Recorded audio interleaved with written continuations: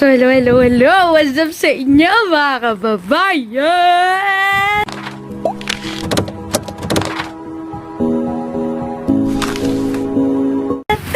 Yeah! Grenay! Nagkalat lang ako. So, yun. Wait lang ha. Wait lang talaga. Yung tripod ko eh. Later. So, yan. Dahil yun, sobrang natutuwa lang ako ngayon kasi kadadating lang nung in-order ko sa Lazada na ng isang keyboard. Yan. Nagpapakita ko dyan. Yan. In-order ko. Then, ang brand niya ay Global. Ang nangyari talaga, nagdadalawang isip ako kung order ako, kung doon ako order sa Lazada or through online ako bibili ng keyboard. Pero, since maganda naman yung mga reviews niya and naka 4.5 stars siya sa Lazada, yun, binili namin. And sabi ni Kuya, hi Kuya, shout out sa'yo, Kuya Sean. And umorder na ako sa Lazada. So yun, kadadating lang and sobrang happy ko dahil ilang days lang siya bago dumating. And Madami akong nabasa na sobrang tagal bago dumating yung keyboard. Pero natutuwa ako dito sa seller na to kasi ilang days lang, 4 days lang ata, and dumating na yung in-order ko. Ito na ang unboxing ng ating keyboard, ang Global GL400 Digital Electronic Keyboard. And by the way, ang nagastos lang dito sa keyboard na to ay 3,400 plus yon. Kasama na yung stand. Yes. And yon, malalaman natin kung maayos ba to, kung maayos ba umorder dito or hindi. So, yeah. Tignan na natin. Yeah! Yan. So, ito yung keyboard. Ay, baliktad. Ito yung keyboard na binili ko sa Lazada. Then, ito yung stand niya. Yan, nandito yung stand niya. And, titignan natin mamaya kung kompleto or kung ito din, kung nagana lahat ng keys or kung may damage. Titignan natin mamaya kung sulit ba yung 3K natin sa gantong. Yeah. Normally, yung mga keyboard na nabibili sa mall, I think mga nasa 5K pataas. Ano ba yung dapat nating unahin? Siguro unahin man natin yung stand. Mamaya na yung bigatin. Yan! So, yung stand muna yung unahin natin. Try ko na rin buuin kung mabubuo natin. So, yan. Sa stand, meron siyang ganito. Yan. May nakita akong dalawang ganito. Yan. Siguro ito yung magiging paa niya, diba? Tapos, may nakita din akong ito, dalawang stick siya. Hindi ko alam kung para saan to. Siguro may instruction naman dito kung paano. Kaya susundin na lang natin. Yan. Then, meron siyang dalawang mahaba. Ito. Tsaka ito. Tapos may mga screw siya. Oh. Tignan niyo. Sa loob niya. May mga screw siya. Then, may dalawang maliit pa. Yan. And yun. Actually, nung nakita ko, nagulat ako kasi ganito lang pala yung mga materials niya. And, yeah, nagkasya sa ditong kanipis na box na to. Pero mahaba naman. Pero yun, yeah, try na natin buuin. I'm so excited, you know? Ha! And by the way, ba't nga ba sobrang excited ko? Kasi matagal ko nang pinapangarap na magkaroon ng keyboard. Tapos plus yung nagkaroon pa ako ng stand. And sobrang natutuwa lang ako kasi matagal ko nang inaasam-asam na magkaroon ng keyboard. And gusto ko pang matuto lalo. Yeah. Yes! Buuin na natin to. Mamaya mag-unboxing na tayo ng mismong bigatin na keyboard. Yeah! Bye!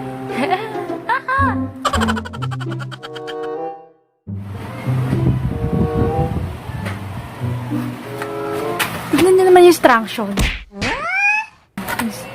Instruction. Yan. Yan lang yung instruction. Wala akong idea kung paano ko bubuin to, kung paano ko simulan to, kung saang part dito. Yan. Ginagawa mo. Bahala na. Yan to. Hindi ko alam kung saan ito gagamitin, kung saan ipapasok tong mga to. Ha? Kaya mag-search tayo kay Mr. Google. Wait lang. Ihanapin natin yung kung paano ba to i-set up and pag-aaralan natin and kayang-kaya to.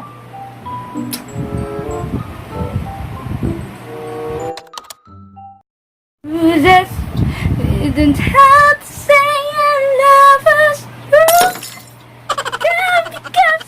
I know they could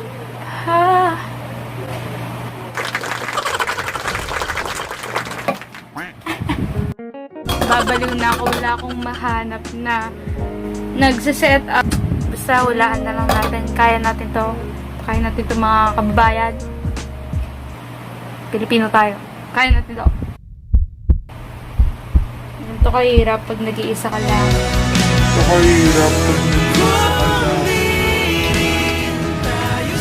But I'm strong, independent woman. Ay, Shomai. Kasasabi mo lang strong independent woman.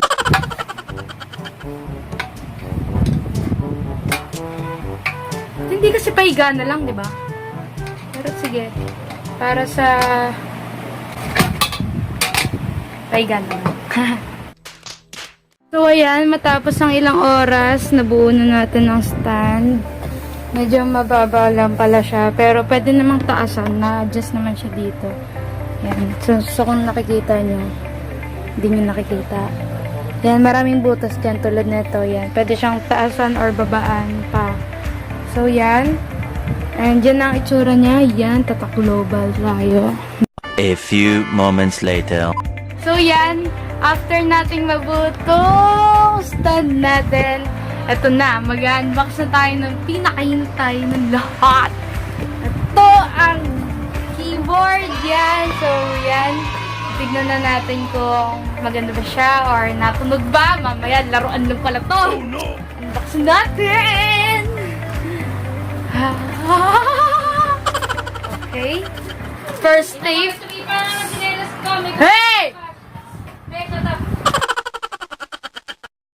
So, binuksan na natin. Yan. And yan, binuksan na natin siya. Dapat maingat tayo kasi parang ito na yung magiging case niya. So, dapat natin, huwag nating sirain. Yun! Natin! Tananen! Tanan! Kahon pang isa. Bato, ang daming kahon! Ito na siya!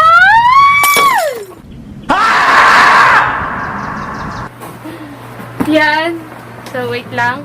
So, yan, i-open na natin. Shang! Ay, baliktad. Doon pala sa kabila kasi nandito yung... What? Pero sige, wala nang patumpik-tumpik pa. Wow! Tara na't ilalabas na kita. 1, 2. Wait lang. May styro pa dito. Ay, doon pala yung styro ilan natin. Okay, 1, 2, 3. Ay, sumasama yung kahon. Wow, wow, wow, wow, wow, wow! Ten, ten, ten, ten, ten, ten, ten, ten. May umano ba? Wala! Woohoo! Ito na siya! Ito na ating keyboard. Yes, and may libre pa siyang kaganto and yung mismong music. Hinahanap ko yung mic. Ito pala.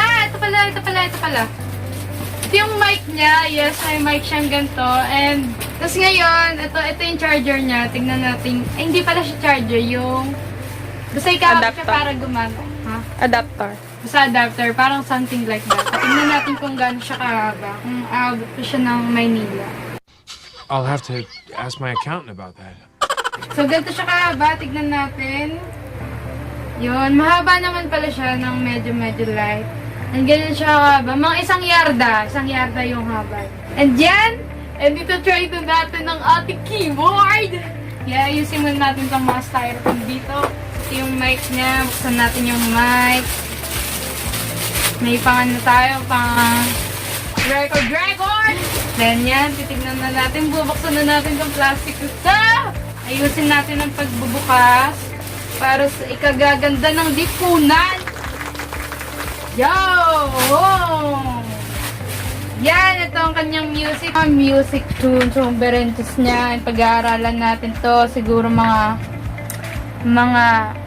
next year. Dayan. Tapos itong owner's manual. Ganyan-ganyan. Ito yung mga ganyan niya. Okay, char. Hindi pa pala nakakabit. So, yan. Kakabit natin. Kakabit na natin, guys. Wait lang kayo dyan. Yan, nakasaksak na. Ikakabit na natin siya. Okay. Yan! Okay, titignan natin kung ang bawat key niya ay gumagana kasi mayroong mga keyboard na pagka-deliver sa kanila, hindi gumagana yung mga key. Okay, simulan natin sa pinakamatinis!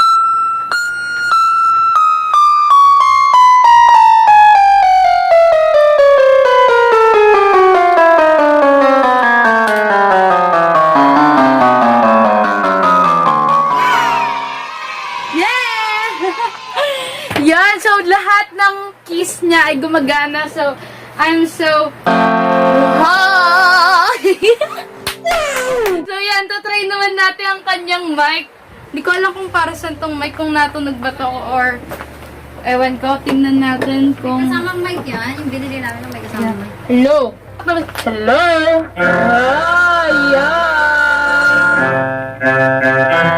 Yan, ito yung ano niya, yan. Parang kung ano dito yung mga nasa Asia 1, yung nagtatawag ng mga ano. Okay, wait lang. Sabayan natin ang... Hey! Hey! Oh yeah! Wait lang, pause.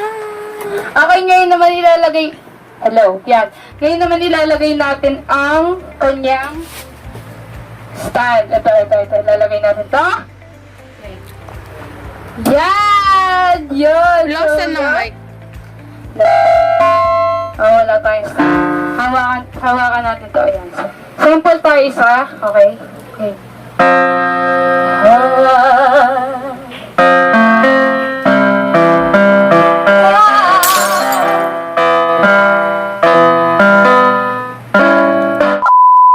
So yan!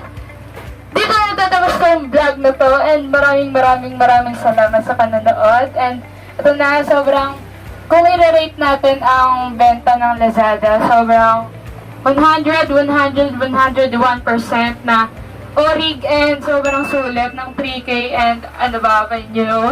Then yun, so sa keyboard na to nakasulit kasi doon pang beginner lang siya pero I think dito, sobrang sulit na kahit hindi ka beginner na nagki-keyboard, sobrang sulit na. Okay. And dyan, sobrang 101% na sobrang saya ko and sobrang sulit talaga. Bumili na kayo sa Lazada. Yeah! Pero yan, dito ang tatapusin itong vlog na to. Salamat sa panonood. Salamat sa panonood ng pang-unbox natin. Kahit simple lang itong video na to. Sobrang maraming salamat sa panonood.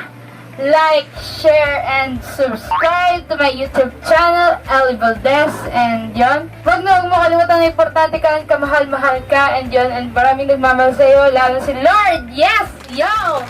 And yun, and other people around the world, and mga kababayan natin dyan. Yes! Diyan lang sila, no matter what happens, no, yeah! And yun, keep rocking the world, rock and roll! Yes! Bye! Mwah! Dahil pinatagad na rin yung camera, hindi ko natakpan yung camera. Ito na. Mga kababayan! Mga kababayan ko, dapat lang malaman nyo, bilib ako sa kulay ko, ako ay Pilipino. Ito talaga yung dahilan kung bakit ko binili yung keyboard. Dahil nandito.